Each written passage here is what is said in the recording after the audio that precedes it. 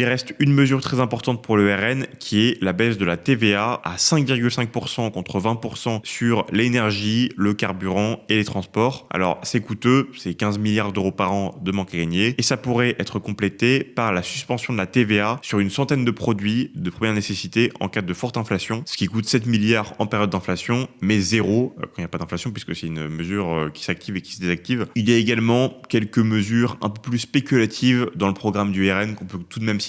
Par exemple, exonérer d'impôt sur le revenu pendant 5 ans les entreprises créées par des jeunes de moins de 30 ans afin de favoriser leur installation durable en France et d'éviter ce qu'on appelle la fuite des cerveaux, donc ce qui coûte à peu près 6 milliards d'euros par an suivant les modalités. Forcément, j'ai dû passer sur des mesures, mais je pense que l'essentiel est là et l'essentiel, ça coûte à peu près 120 milliards par an. Avant de passer à la suite, si on analyse la partie dépenses du programme, le volet le plus important du point de vue économique, c'est le plan de compétitivité. Alors sur le papier, l'objectif de ce plan est simple. On baisse les impôts et les coûts des entreprises. Elles deviennent donc plus compétitives, gagnent plus d'argent, investissent, embauchent, etc. Ce qui génère de la croissance économique. Ça, c'est la théorie.